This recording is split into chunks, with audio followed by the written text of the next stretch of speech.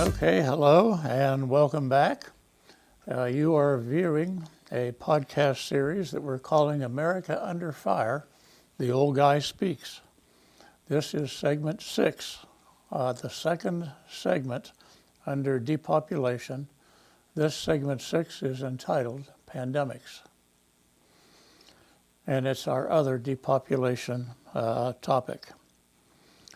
The food scarcity and famine aspirations mentioned earlier are of great significance. Of even greater and much quicker depopulation potential are COVID and future pandemics. Squib. Here's a January 11, 2024 Epoch Times headline. Quote, Chinese scientists reveal experiments with virus 100% fatal to mice, unquote. And yes, it's a coronavirus, quote, closely related to the virus that causes COVID-19, unquote. So much about COVID has made no sense at all. No sense to anyone except our Marxist elites. Item, the lockdowns and their terrible toll, especially on children. Item, the immediate withdrawal and outlawing of existing low-cost, safe meds that actually worked, like ivermectin, and the forced substitution of all but mandatory shots of experimental gene therapy drugs that have since been shown to have severe and continuing adverse consequences. Item, illicit gain-of-function research that should have been restricted to U.S. military labs. Item, the hospital protocols that killed many thousands, including 5 of my friends. Item, a 14 to 16 trillion, trillion with a T, $14 to $16 trillion hit to the U.S. economy that hit hardest on small businesses. Item, before COVID, the U.S. government made up 20% of our GDP, our gross domestic product. After COVID, since COVID, government has been 25% of our GDP. That's a very significant step in our descent into a socialist utopia. Item, the daily news of myocarditis, pericarditis, cancer, and endless other long-term health problems produced by what some call the clot shots, including more recent news that what we thought or were told was mRNA, messenger RNA, is actually mod RNA, modified RNA, which is neither fleeting nor benign. I've read of new COVID vaccine complications almost daily in the most honest COVID reporting that I've found, the Epoch Times newspaper out of New York City, and I'll discuss them a little later. Squib, the all-time best COVID quote is from Mr. Jeffrey Tucker of the Brownstone Institute. When intimidation replaces rationality, something strange is going on. Best all-time COVID quote. When intimidation replaces rationality, there's something strange going on. I'll also have more on Brownstone later. I was interested to learn that on October 18 of 2019, about 3 months before COVID came into the news cycle, a, quote, pandemic simulation, unquote, called Event 201 was held in New York City. Johns Hopkins was one sponsor, and let me quickly add that Johns Hopkins had held other pandemic simulations in 2001, 2005, and 2018 to help determine what's needed to bolster our disaster response systems. They don't strike me as being culpable. But 2 things did catch my attention on this one, in addition to the date of it. One, The simulation in 2019 was of an uncontrolled coronavirus outbreak, and 2, it was co-sponsored by the World Economic Forum, the WEF. I personally believe that the WEF knew what was coming, as did Dr. Fauci and many others. Squib. In January 2024, I read that Dr. Fauci and Moderna moved on mobilizing vaccine mass production. On January 13, 2020, 2 days after China announced the spread of the virus. What a coincidence that there was already a prepared vaccine ready for mass production and deployment. Okay, back to my narrative. In January 2024, the World Economic Forum held its annual meeting of so-called global elites in Davos, Switzerland. Another axis of evil entity, the World Health Organization, WHO, discussed preparations for the next pandemic, which will involve a disease vector, probably a virus, that they're calling Disease X. To my knowledge, no deployment date was given.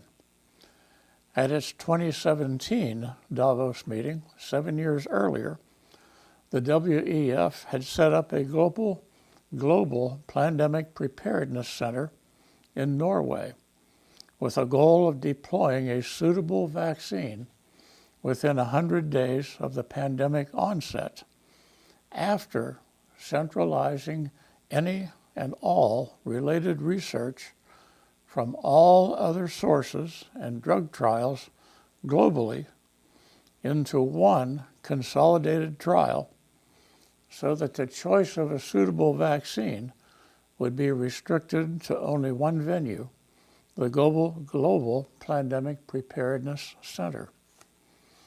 The Norway Preparedness Center is to be supported by a vaccine research center at Portland Downs in the UK. And although the how of it is not clear to me, the WHO says they will also involve hundreds of hospitals in dozens of countries to do platform trials and then still meet the 100-day deadline. The WHO is circulating a proposed WHO pandemic accord for signature by their 194 member nations to coordinate matters and assure a controlled centralization of power and support to implement the WHO narrative. I view it as pure evil. Squib. Epoch Times, 9/17/23. Global governance is almost here. The UN's Agenda 2030, which I mentioned earlier, would eliminate our rights as Americans, shifting the national power and policies of all nations on Earth to the global governance level. The EU is ahead of us in having an EU digital ID that can deny travel in the EU without having updated COVID shots and boosters. It'll reportedly be expanded to serve as an overall digital identity, serving as driver's license, passport, and so on. This dissolution of national sovereignty seems directly facilitated by the COVID pandemic. And the Marxist bafflegab description of the EU digital ID doesn't say denies travel, it says facilitates travel. Remember, Marxists share our vocabulary, but not our dictionary. Squib. Here's an estimated 2022 U.S. vaccine damage report. This was from Edward Dowd in March of 2023. The estimated 2022 human cost of vaccine damage, 26.6 million injuries, 1.36 million disabilities, 300,000 excess deaths, which is 5 times the number of deaths we incurred in the Vietnam War.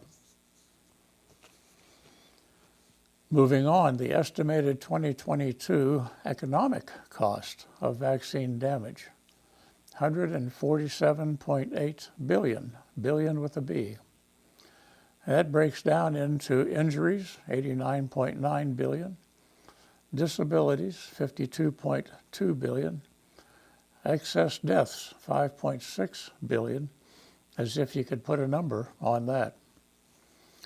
Despite these terrible figures, the European Commission president, representing the World Economic Forum at an early 2024 pandemic-related meeting, stated that the top concern for the next 2 years is not conflict or climate.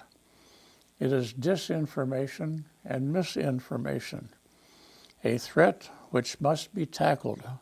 That was a quote, quote unquote. The top concern for the next 2 years is not conflict or climate. It is disinformation and misinformation, a threat which must be tackled. Once again, the elites are seeking complete control of the narrative. I want to reiterate that COVID is a leading example of cultural Marxist repression of open dialogue and honest scientific inquiry. It's very similar to climate change.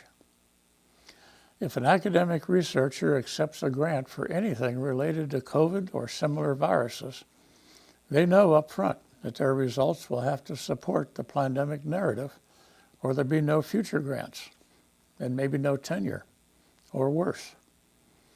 And the rest of us get pounded with the strident cries of misinformation and disinformation designed to substitute scorn and shaming for honest dialogue and a shared search for truth. If truth is the first casualty of war, we are indeed at war among ourselves, both here in the U.S. and internationally. Physician Merle Nass, N-A-S-S, Physician Merle Nass describes the efforts by global and national health officials to assume authority in the name of fighting diseases as a soft coup. I agree with her. There is so much involved with COVID and the related medical and journalistic malpractice. Little mysteries why Dr. Fauci and Moderna were ready to mobilize vaccine mass production 2 days after the Chinese revealed the spread of the virus. But let me cut to the chase. My personal bottom line on the COVID pandemic, based on my reading and research and my personal near-death experience with it, is that it readily meets the threshold requirements to qualify as a crime against humanity. The problem, of course, is that there may no longer be an international tribunal with sufficient integrity to honestly try the case. The UN and its component entities certainly aren't the answer. Squib. COVID produced the largest hospital nurse exodus in 40 years, 100,000 nurses in 2021, and primarily younger nurses rather than the 50-plus crowd.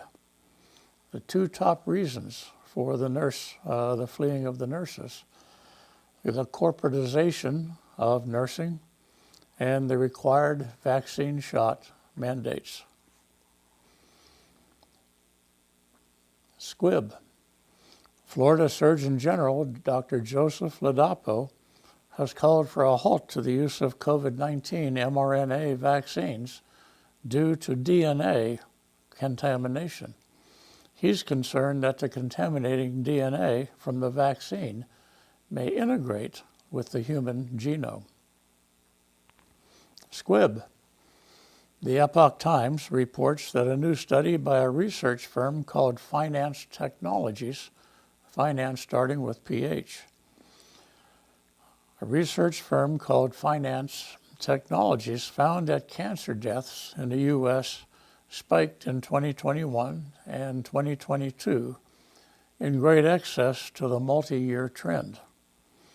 And I've seen hundreds of similar articles linking medical horrors with the COVID vaccines.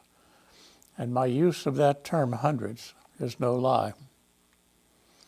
Squib, in response to a lawsuit by 3 doctors, in March of 2024, the FDA agreed to remove their social media posts, web pages, and consumer directives that urged Americans not to use the Nobel Prize-winning drug ivermectin for COVID, hopefully ending, at least to some degree, a reign of terror against doctors who prescribed it. Okay, lastly, just some info from a recent article by Senator Rand Paul, who has been a leading watchdog on COVID matters. The mortality rate of COVID has been far less than 1%, and experiments are now being carried out with viruses that have the potential for mortality rates between 15 and 50%, including recently weaponized avian viruses. For comparison, the bubonic strain of the Black Plague in the 14th century had mortality rates between 30 and 70%. Even without further illicit gain-of-function research, meaning finding ways of making existing viruses more lethal to mankind, people of evil intent already have a menu of virus options that could be released at any time. Right now, people can order synthetic DNA on the internet, and if they know what they're doing, they can make the polio virus, among many others. Senator Paul quotes MIT biochemist Kevin Esvelt, who wrote the following in 2021. Once again, this is a quote.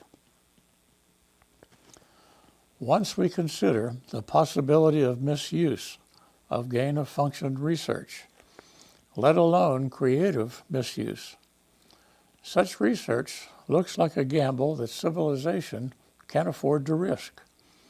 I implore every scientist, funder, and nation working in this field, please stop. No more trying to discover or make pandemic-capable viruses, enhance their virulence, or assemble them more easily. No more attempting to learn which components allow viruses to efficiently infect or replicate within human cells, or to devise inheritable ways to evade immunity. No more experiments likely to disseminate blueprints for plagues. Close quote. And with that, we close our musings on COVID. One of the 2 best sources I've found on COVID and related health issues, plus anything related to Communist China, is the Epoch Times, a New York City newspaper started by Falun Gong refugees from China. You can check their website. When using the yardstick of number of subscribers, the Epoch Times has quickly become the 4th largest newspaper in America. Their origins in suffering must have given them a strong taste for speaking truth, and we are the grateful beneficiaries of their endeavors. The other excellent source of info and perspectives on COVID and other matters of American liberty is the Brownstone Institute of Austin, Texas, founded by an extraordinary guy named Jeffrey Tucker.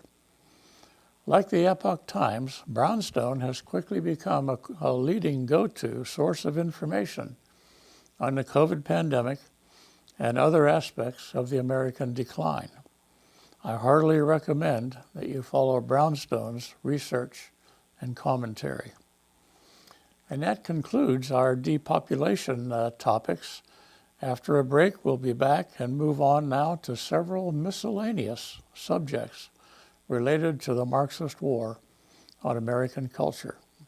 Thank you for watching.